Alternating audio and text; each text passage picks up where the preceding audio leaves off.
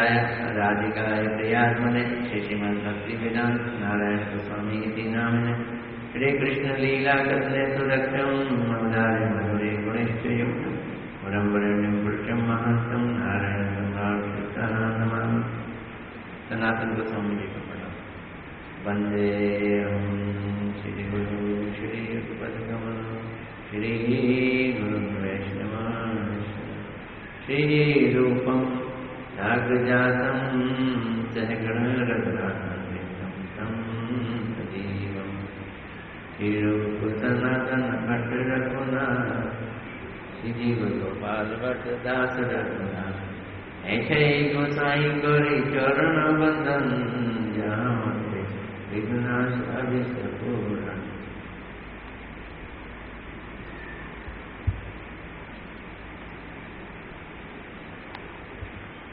दो दिन की छुट्टी हुई मृत भागवत व्रत की। ऐसा लगता है पता नहीं कितने दिन हम पिछड़ गए। मैं तो सब भूल जाता हूँ।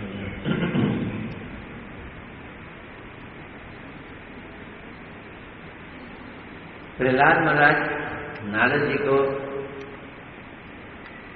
बतला रहे हैं। नारद जी ने प्रहलाद महाराज जी की बहुत प्रशंसा की, तो उन्हीं की प्रशंसा को वो जवाब दे रहे हैं। नारद जी ने महिमा गाई, लेकिन उन्हीं महिमाओं को वो अपना दुर्भाग्य दिखा रहे हैं प्रहलाद जी। और भी देखो, राज्य संपत्ति के कारण बंधु बांधवों के संग से मेरा समस्त भगवत भजन तिरोहित हो गया। प्रहलाद जी कह रहे हैं मुझे धिक्कार है, मैं अभी भी अपनी उस भजन अवस्था के लिए क्रंदन नहीं कर रहा हूं। क्या वो बचपन था, भगवान आए, मैंने दर्शन किए, कैसे भजन किया, लेकिन फिर क्या किया मैंने? राज्य ग्रहण कर लिया, राज्य स्वीकार कर लिया। वो अपना ये दोष बता रहे हैं कि मैं राजा बन गया, ये मेरा दोष है, मेरा दोष, मैं राजा बन गया।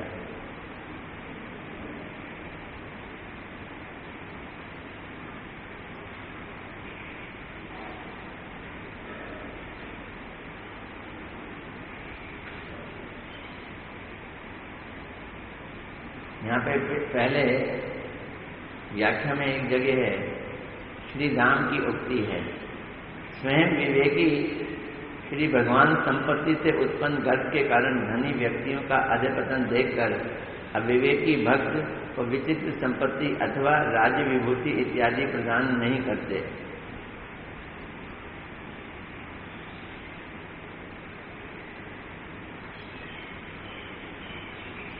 जब संपत्ति मिलती है तो अभिमान आ जाता है, गर्व आ जाता है, उससे अधिक अधोपतन हो जाता है। संपत्ति ग्रहण करने की कोशिश अविवेकी लोग करते हैं, जिनमें विवेक नहीं है।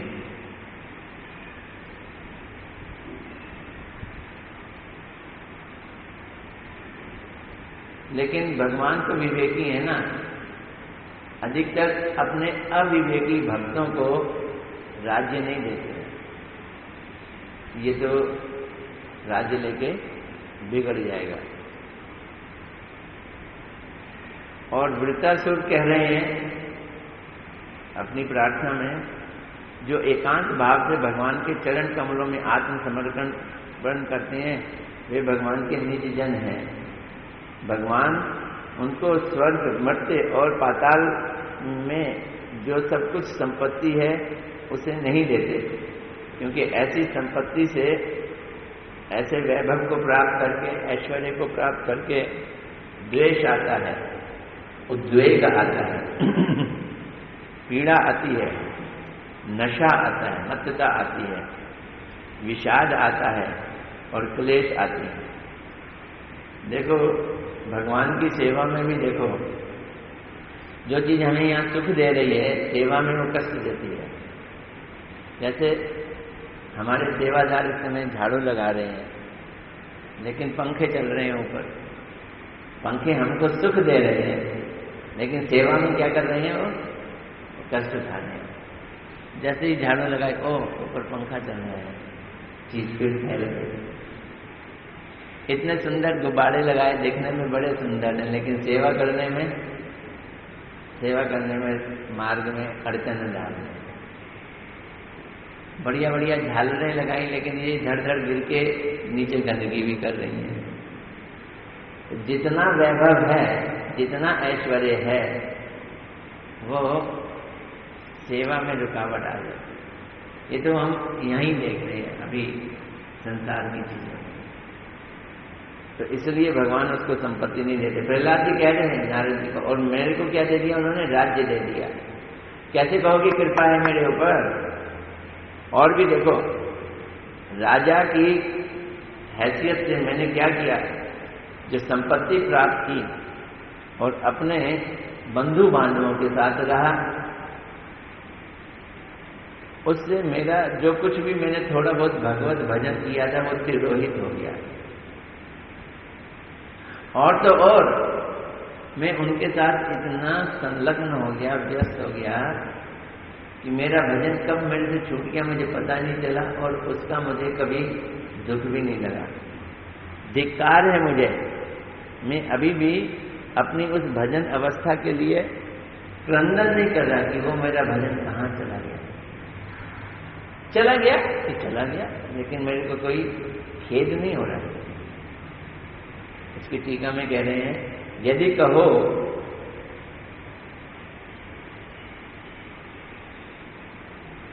अदीर्घ बोध, ये शब्द संस्कृत का है।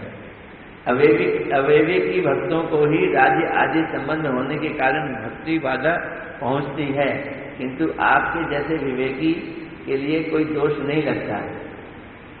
तो पीछे भगवान ने कहा है उसमें कि विवेकी भगवान अपने अविवेकी भक्त की राजा बनने की ख्वाहिश को पूरा नहीं करते।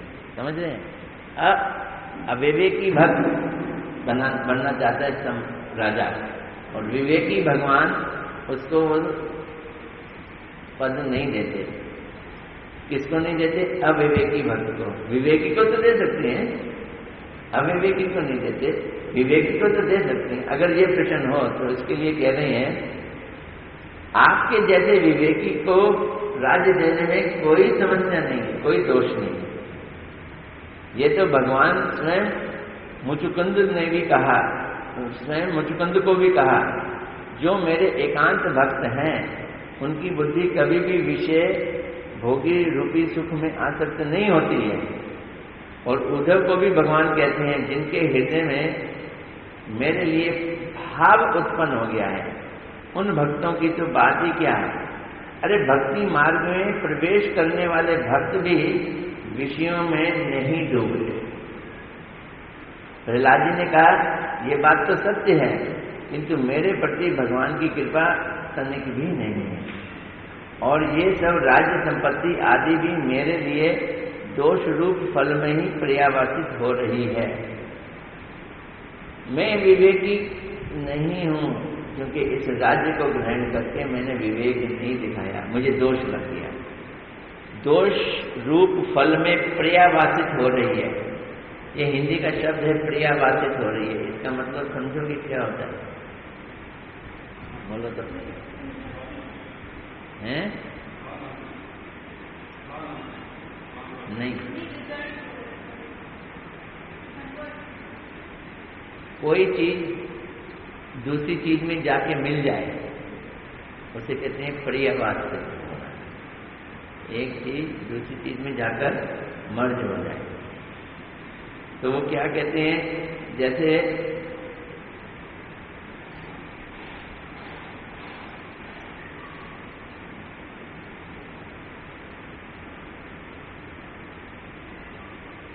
ये सब राज्य संपत्ति आदि भी मेरे लिए दोष फलों में ही पर्यावासित हो रही है।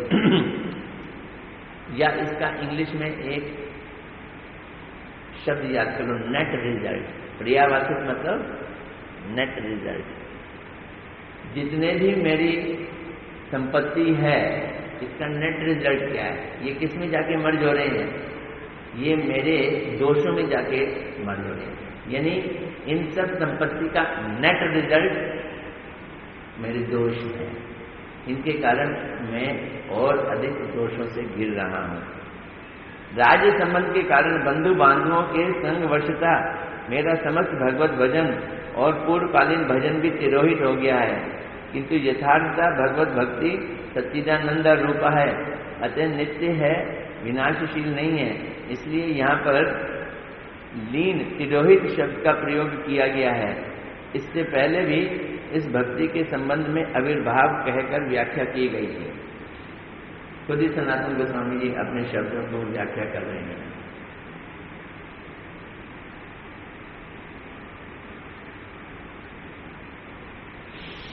अन्यथा क्या ये मेरे लिए उचित था कि मैं फिर से अपने असुर स्वभाव को प्राप्त कर बद्रिक आश्रम में प्रसिद्ध अपने प्रभु श्री नारायण के साथ युद्ध करता? भगवान प्रहलाद जी ने युद्ध किया। किससे युद्ध किया? नारायण से युद्ध किया। ये कथा मुझे याद नहीं है, इसमें यहाँ कुछ हवाला नहीं है। अब अपनी उक्ति को दृढ़ता स्थापित करने के लिए प्रहलाद जी कह रहे हैं, क्या कह रहे हैं? अन्यथा क्या मैं फिर से प्रभु के साथ युद्ध करने के लिए प्रवृत्त होता? श्रीमद् भागवत के प्रथम स्कंद में उक्ति है, श्री भगवान ने चतुर्थ अवतार में धर्म पत्नी के गर्भ से नर नारायण रूप में जन्म लिया, आविर्भूत होकर आत्म संयम रूप तपस्या का आचरण शिक्षा दी है। तथा चतुर्थ स्कंद में कहा गया है, वही नर नारायण इस प्रकार देवताओं के द्वारा स्तुति किए जाने पर उनको दर्शन देते हैं तथा उनके द्वारा की गई पूजा को ग्रहण करते हैं और गंध मादन पर्वत पर गमन करते हैं इत्यादि प्रमाणिक वचन से इस स्थान पर वर्णित उनके उपाख्यान आदि को श्रवण करके भी बद्रिक आश्रम में प्रसिद्ध भगवान श्री नर नारायण के साथ क्या मैं युद्ध में प्रवृत्त होता? अर्थात भजन होने पर भी युद्ध की संभावना नहीं रहती है। अतः क्या मैंने फिर से असुर स्वभाव को प्राप्त नहीं किया? अर्थात मैंने असुर जाति सुलभ भगवत देश भाव रूप स्वभाव को प्राप्त किया। वैसी अश्लीलता विषय में कुछ प्रकाश करना भी उचित नहीं है। अथवा मैंने अपने पिता जैसे स्वभाव को प्राप्त किया, इसलिए मैं संपूर्ण रूप से उपेक्षा करने की योग्य हूँ। यदि कब युद्ध हुआ था आपको मालूम है? प्रहलाद जी का नर नारायण से युद्ध हुआ था कोई बद्रिक आश्रम में। प्रहलाद महाराज का, प्रहलाद जी कह रहे हैं कि मैंने नर नारायण से युद्ध किया बद्रिक आश्रम में।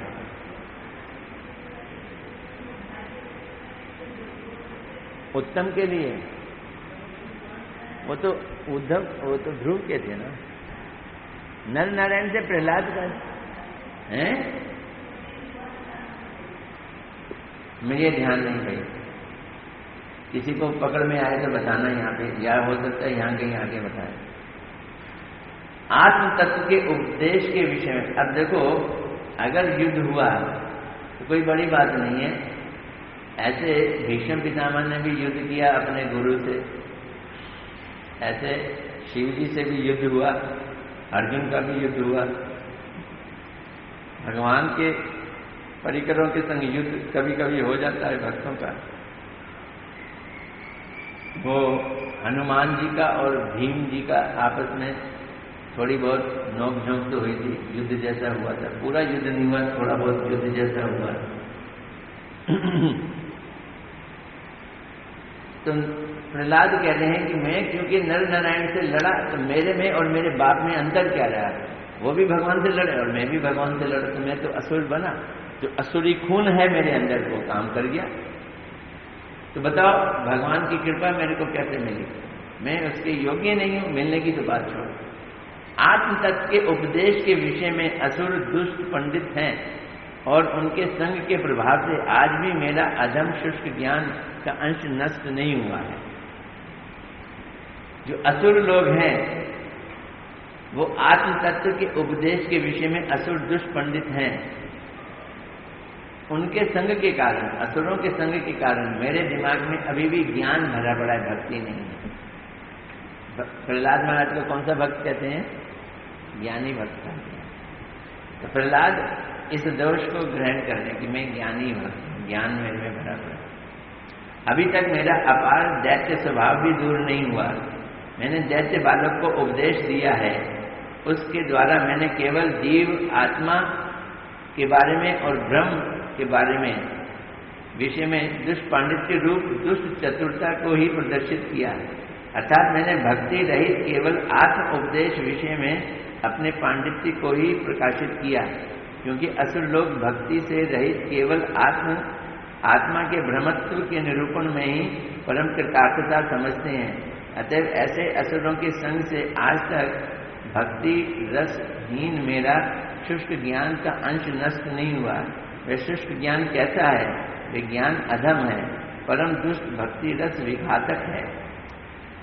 मैं आत्मा हूं, मैं शरीर नहीं हूं। दूसरा अध्याय का यही उपदेश है गीता के। लेकिन इसको शुष्क ज्ञान कहा गया, ये भक्ति वाला ज्ञान नहीं। खुद गीता में भगवान ने कहा एते च अभिहिता, कुछ इसे सांख्य योग बोला है। मैंने अभी तक तुझको सांख्य योग के बारे में बताया है, अब तू मेरे से बुद्धि योग के बारे में सुन। श्लोक याद नहीं आ रहा मुझे। एते च अभिहिता सांख्य योग बुद्धि योग तो इमाम सुनो, कुछ ऐसे करके श्लोक। अभी तक मैंने तुझको सांख्य योग के बारे में बताया, अब बुद्धि योग के बारे में तू सुन। तो समझना, जिस ज्ञान में आत्मा परमात्मा यही बारे में बताया गया है, भगवान ब्रह्म है और आत्मा के बारे में बताया गया है, वो शुष्क ज्ञान है। अतएव मुझ में शुद्ध भक्ति कहाँ है तथा शुद्ध भक्ति के अभाव में मुझ में भगवान की कृपा भी किस प्रकार से होगी? अपने पर पौत्र बाणासुर की दुष्टता की चिंता करके भी मैं अपने में शुद्ध भक्ति का अभाव अनुभव करता हूं। मेरा बेटे का बेटा बड़ा दुष्ट, शिव जी का भक्त, कृष्ण से जा लड़ा, उनसे भिड़ गया, लेकिन मैंने अपने बेटे की चिंता की। करनी चाहिए कि नहीं? ये प्रश्न उठता है कि अपने घर वाले अगर भगवान की भक्ति में नहीं हैं, दुष्ट हैं, उनकी चिंता करनी चाहिए कि नहीं? तो वो यहाँ कह रहे हैं, मुझ में शुद्ध भक्ति कहाँ है तथा शुद्ध भक्ति के अभाव में मुझ पर भगवान की कृपा कैसे होगी? अपने परपौत्र बाणासुर की दुष्टता की चिंता करके भी मैं अपने में शुद्ध भक्ति का अभाव अनुभव करता हूं।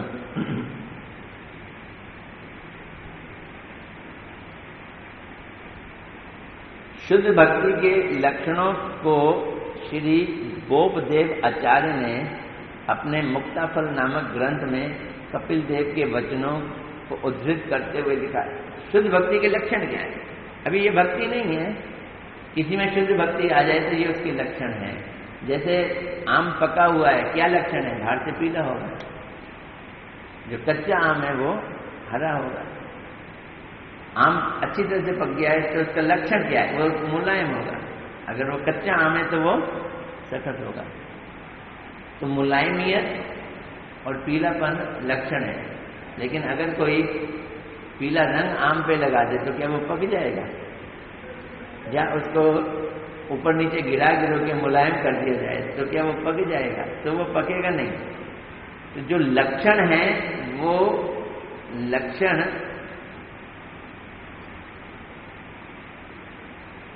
परिपक्व होने के लक्षण बता रहे हैं। क्या बता रहे हैं? पुरुषोत्तम भगवान के विषय में अनुष्ठित होने वाली अहेतुकी तथा बाधा रहित भक्ति ही शुद्ध भक्ति कहलाती है। शुद्ध भक्ति क्या है? समय पुंसा परो धर्मो यथो भक्ति अलोक्यते अहेतुकी अप्रतिहता। भगवान के लिए भक्ति कैसी होनी चाहिए? अहेतुकी और अप्रतिहता। यया आत्मा संप्रसीदति, ये श्लोक भागवत का भी है। अहेतु की भक्ति का मतलब क्या है? बोलो, कौन बताए? भक्ति कैसी होनी चाहिए? अहेतु की। हेतु मैंने कारण, कारण रहित भक्ति होनी चाहिए।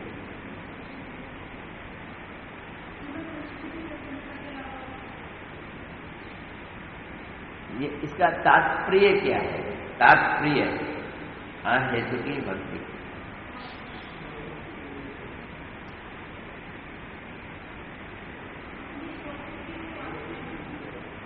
अपने सुख की वासना है।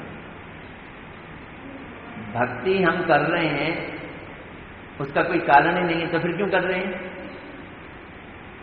जब कारण ही नहीं है तो क्यों कर रहे हैं?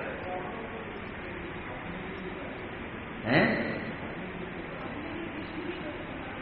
क्यों उनकी प्रशंसा का भी क्यों कर रहे हैं? कि अगर वो खुश हो जाएंगे तो हमें सुख मिलेगा।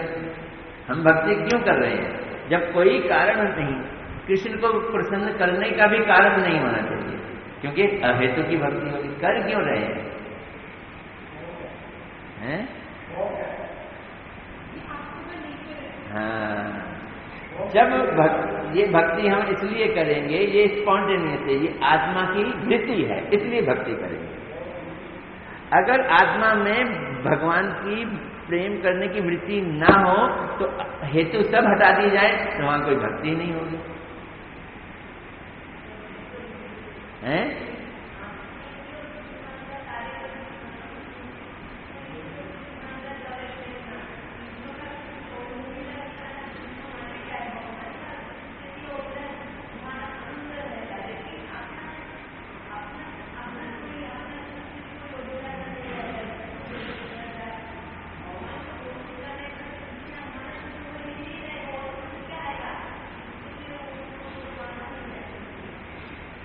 ये बात तो सही है, लेकिन इस चीज का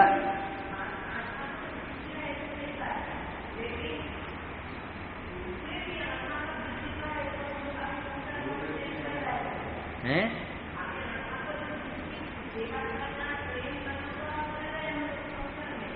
हाँ,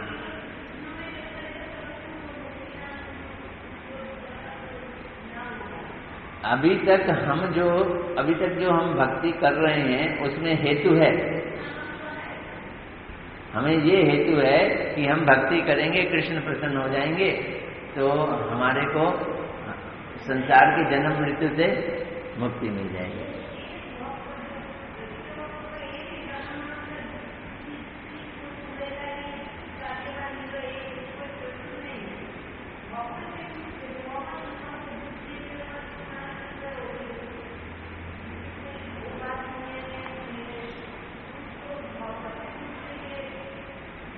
भगवान के सुख के लिए हमारे अंदर से वो भावना निकलेगी तो हम भगवान के सुख की सोचेंगे। वो भावना इसलिए निकलेगी क्योंकि आत्मा का वो धर्म है कि मैं भगवान को सुख दूं। ये आत्मा के अंदर इनबेडेड है ये चीज। अब वही चीज जगानी है आत्मा की। हाँ, हमें कृष्ण की प्रसन्नता के लिए कर्म करना। अभी हम ऊपर से करेंगे, फिर धीरे धीरे आत्मा स्वाभाविक रूप से करने लगेगी। जब आत्मा स्वाभाविक रूप से कृष्ण की सेवा करेगी तो बोला जैसे गंगा जी गंगोत्री से स्वाभाविक रूप से निकलती है, ऐसे ही आत्मा से कृष्ण के लिए प्रेम स्वाभाविक रूप से निकलेगा। वो वाला प्रेम क्या है? अहेतु की। और फिर जैसे गंगा जी बिना रुके बहती हैं, वो वाला प्रेम बिना रुके बहेगा, उसमें कोई बाधा आ ही नहीं सकती है। अहेतु की भी हो गई और साथ में कैसी हो गई? अप्रतिहता। अहेतु की भक्ति भी हो गई, अप्रतिहता कब होगी? जब हमारे अंदर संसार की कोई भी इच्छा नहीं रहेगी, तनिक भी। जैसे ही तनिक इच्छा रहती है, वो इच्छा भगवान की सेवा में बाधा बन जाती है। तो वो बोल रहे हैं, यहां पे क्या कह रहे हैं?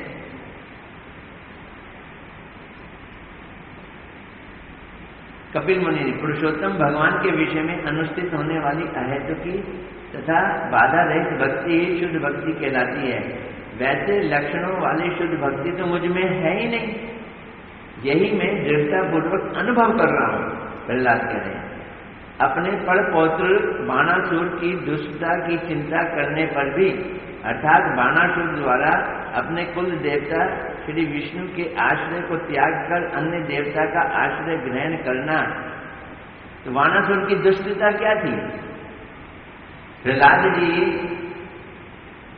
विष्णु के भक्त हैं, उनका बेटा, मतलब उन्होंने अपने खानदान में विष्णु भक्ति का प्रचलन चलाया। बलि महाराज जी भी किसके भक्त थे? वो भी विष्णु के भक्त थे, उन्हीं के लिए यज्ञ करते थे।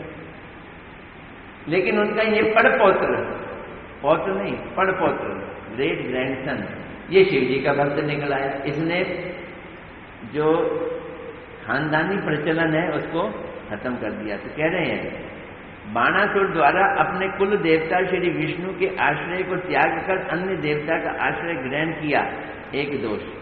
दूसरा, कृष्ण के पौत्र अनिरुद्ध को बंदी बना लिया।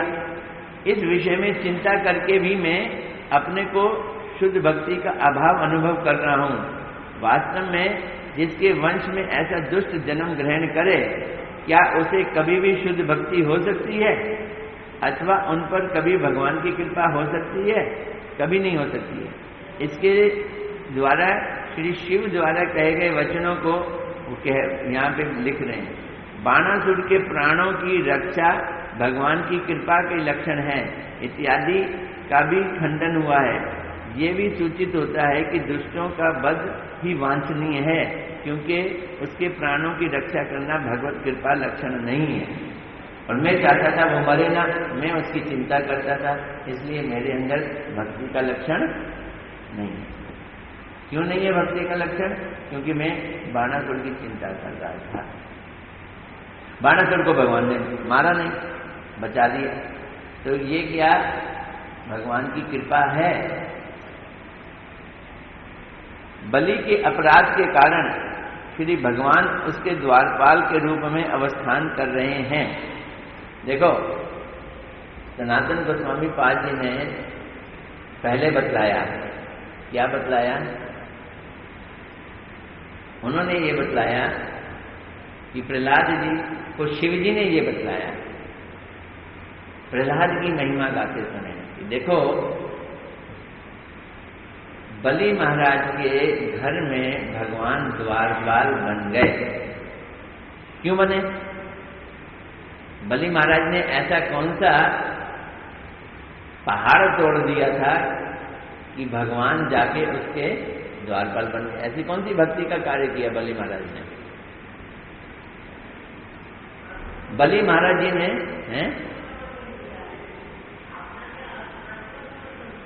वो इसी चीज को खंडन भी किया उन्होंने। शिव जी कह रहे हैं उन्होंने कौन सा बड़ा काम किया? जगह दे दी। कितनी? 3 पग। कोई बहुत बड़ा दान थोड़ी दिया, 3 पग जमीन दे दी। कितने लोग हैं, कितना दान करते हैं? दान करने से कोई भगवान की, हाँ, ये जड़ वस्तु से भगवान की प्रसन्नता थोड़ी हो सकती है। अच्छा, फिर कहा 3 पग जमीन ले लो, 2 पग में सब कुछ नाप लिया और तीसरे पग में आत्मसमर्पण किया। अरे आत्मसमर्पण नहीं किया, अपना वायदा पूरा नहीं किया। तीसरा पग है, जगह ही नहीं दी उन्होंने, 2 ही दी, तीसरा पग। तो 2 दोष दिखाए। यहाँ आत्मसमर्पण को भी दोष दिखा रहे हैं। क्या दोष दिखाए? कि भगवान को वायदा करके वायदा पूरा नहीं किया, कह दिया मेरे सिर पे रख लो पैर। अब ये भी कोई बात नहीं। तो फिर भी भगवान उसके घर पे द्वारपाल बन गए। तो ये बलि महाराज की कोई भी खूबी नहीं थी। ये खूबी सिर्फ ये थी कि बलि महाराज किसके पौत्र थे? प्रहलाद। प्रहलाद के कारण वो उसके घर में वो बने। और हाँ, तीसरा गुरु अवज्ञा की 3 दोष दिखाए शिव जी ने बलि महाराज ने, कि गुरु ने कहा इनको दान नहीं देना, गुरु अवज्ञा कर दी, गुरु अवज्ञा की और जड़ वस्तु का दान दिया। और तीसरा क्या किया? वचन पालन नहीं किया। ये 3 दोष होने पर भगवान उनके द्वारपाल फिर भी बन गए। इसलिए बन गए क्या? क्योंकि वो प्रहलाद जी के पौत्र थे। और बाणासुर ने क्या किया? अपने खानदान की भक्ति को पलटकर शिव जी का भक्त बन गया और अनिरुद्ध को जेल में कर दिया। इतना दोषी होने के बावजूद भी अगर भगवान ने उसको शिव के लोक में वो क्या कहते हैं उनका पार्षद बना दिया, 4 भुजाएं छोड़ दी। 4 भुजाएं छोड़कर कौन सी मुक्ति दी? हाँ, नाम दिया मुक्ति का, 4 रूप की मुक्ति दे दी, चतुर्भुज रूप में दे दी और शिवलोक में उनको पार्षद बना दिया। ये भी जो उन्होंने कृपा की है उसके कोई गुण के कारण नहीं की, ये भी प्रहलाद के कारण की। और प्रहलाद कह रहे हैं मेरा इसमें दोष है और मैं भक्त कहाँ हूं। बलि के अपराध के कारण भगवान उसके द्वारपाल रूप में अवस्थान कर रहे हैं। यद्यपि ये बात सुनी तो जाती है, तथापि अब वे कहाँ हैं इस विषय में मैं कुछ नहीं जानता हूं। बोलते हल्ला बहुत है, द्वारपाल बने हैं, द्वारपाल बने हैं। मैं तो नहीं देख रहा कहीं द्वारपाल अपन को, वहां तो चले गए। यदि कहो कि तुम्हारी शुद्ध भक्ति तथा तुम्हारे प्रति भगवत कृपा के बिना क्या भगवान बलि के द्वार पर द्वारपाल रूप में निवास करते? इस आशंका के उत्तर में वो कह रहे हैं इस सुतल में बलि के अपराध के कारण भगवान उसके द्वार पर द्वारपाल रूप में रह रहे अवस्थान कर रहे हैं। ये वृत्तांत किसी मुनि समाज में भी सुना जाता है तथा हरिवंश बाण के प्रति कुष्मांड का वचन है। हे राजन, यद्यपि आपके पिता बलि श्री विष्णु के बल से आक्रांत होकर बद्ध हुए हैं, ये सत्य है, फिर भी जैसे रोका गया जल प्रवाह उछलकर बांध को पार करके फिर से आगे की ओर प्रवाहित होने लगता है, उसी प्रकार आपके पिता भी बंधन से मुक्त होकर अपना अभिलाषित राज्य प्राप्त करेंगे, इसमें संदेह की क्या है।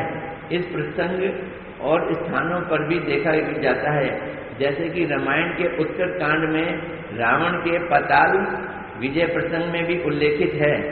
बलि के द्वार पर द्वारपाल के रूप में भगवान का अवस्थान उनकी करुणा का कारण नहीं बल्कि दूसरा कारण था। तो बोलते हैं आप ये सोच रहे हो कि मेरे कारण प्रभु बलि के यहाँ द्वारपाल बन गए। देखो प्रहलाद जी कह रहे हैं कितनी बड़ी महिमा है, वो बलि के ऊपर कितनी करुणा कर रहे।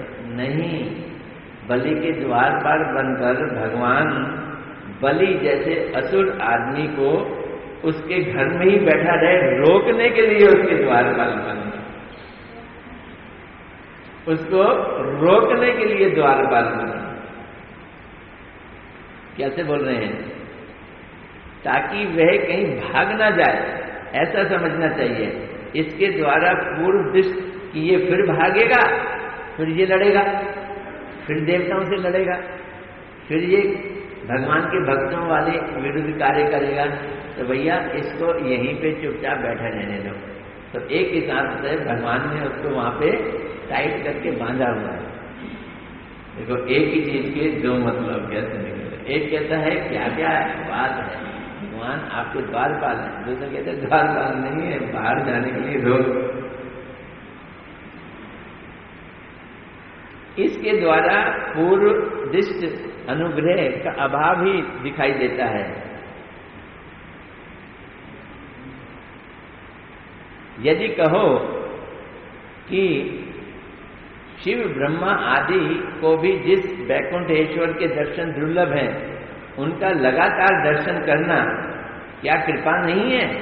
तो उसके लिए कह रहे हैं अब प्रभु कहाँ अवस्थान कर रहे हैं, मैं ये जानता नहीं हूँ, अतः उनके दर्शन किस प्रकार करूं। अधुना इस वाक्य द्वारा सूचित हो रहा है कि कभी कभी भगवान के दर्शन होते हैं, सदैव नहीं। यद्यपि भगवान द्वारपाल हैं, फिर भी रोज दर्शन भगवान के नहीं होते हैं। ये इस समय की अवस्था है। चलो अभी पढ़ेंगे, थोड़ा सा पढ़ेंगे। कभी कभी कोई अपने कर्मों की गतिवशता रावण आदि की भांति उनका दर्शन करता है। अपने विश्वास के कारण दुर्वासा इसी स्थान पर प्रभु के दर्शन किए थे। कोई कोई करता है विश्वास के कारण, रावण ने भी कर लिए लगता है। यदि कहो कि जिस समय रावण ने पाताल विजय के लिए सुतल में बलि की पुरी में प्रवेश किया था, उस समय भगवान श्री गदाधर के पैर के अंगूठे की ठोकर से वे बहुत दूर जाकर गिर गया था। इस उपाख्यान के द्वारा ये ज्ञात होता है कि भगवान सर्वदा बलि के द्वार पर द्वारपाल के रूप में अवस्थान करते हैं, इसलिए कदाचित इत्यादि पद कह रहे हैं। अर्थात कार्यवशता रावण आदि की भांति कोई कोई कभी कभी उनका दर्शन प्राप्त करते हैं, क्योंकि भगवान बलि के द्वार पर द्वारपाल के रूप में वो नियुक्त हैं। यदि भगवान रावण को पैर के अंगूठे की ठोकर द्वारा दूर ना फेंक दिए होते तो बलि रावण के द्वारा पंडित होते। यहाँ पर रावण आदि पद के आदि से शब्द से दुर्वासा का भी वर्णन आता है। दुर्वासा जी ने भी उनके दर्शन किए। यद्यपि बलि के द्वारा रोक लिए जाने के कारण भगवान द्वारपाल के रूप में सुतल लोक में अवस्थान कर रहे हैं, तथा यदि उनका यानी भगवान का उद्देश्य भी यही है बलि सुतल लोक में वास करे, तथापि यदि रावण बलि को पाताल लोक से कहीं निकाल ना ले तो इससे भगवान का उद्देश्य पूर्ण नहीं होगा।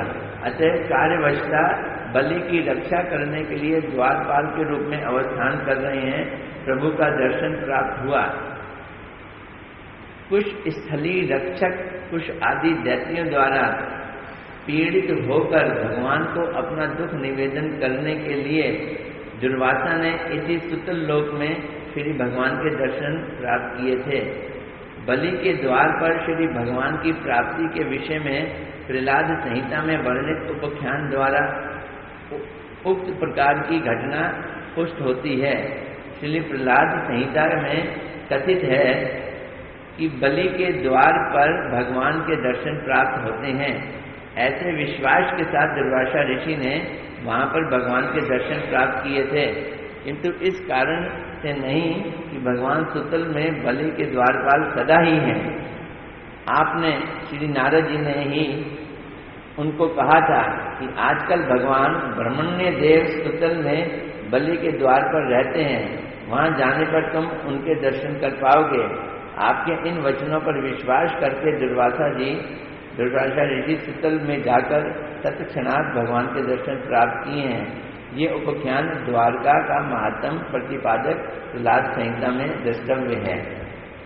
तो दुर्वासा जी ने सुतल लोक में दर्शन प्राप्त किए, रावण ने सुतल लोक में भगवान के दर्शन प्राप्त किए, लेकिन सब नहीं प्राप्त कर पा रहे हैं। जिन लोगों को ये विश्वास है कि वहां पर भगवान है द्वारपाल के रूप में, सिर्फ उन्हीं को दर्शन हुए। तो दर्शन विश्वास के कारण हो रहे हैं, ना कि हर किसी को दर्शन हो रहे हैं। जिसकी जिस स्थान पर भगवत प्राप्ति की तीव्र इच्छा होती है उसको उसी स्थान पर भगवान की प्राप्ति होती है। भगवान किसी विशेष स्थान पर वास करते हैं अथवा उनका उस स्थान पर ही पाया जा सकता है, ऐसा कोई नियम नहीं है। भगवान तो सभी जगह हैं, तो द्वारपाल बनकर ये कोई नियम नहीं है। अब वो ज्ञान की बातें कर रहे हैं, उसको हम इसकी व्याख्या कर लेंगे। हरे कृष्णा कृष्णा कृष्णा हरे हरे, हरे राम राम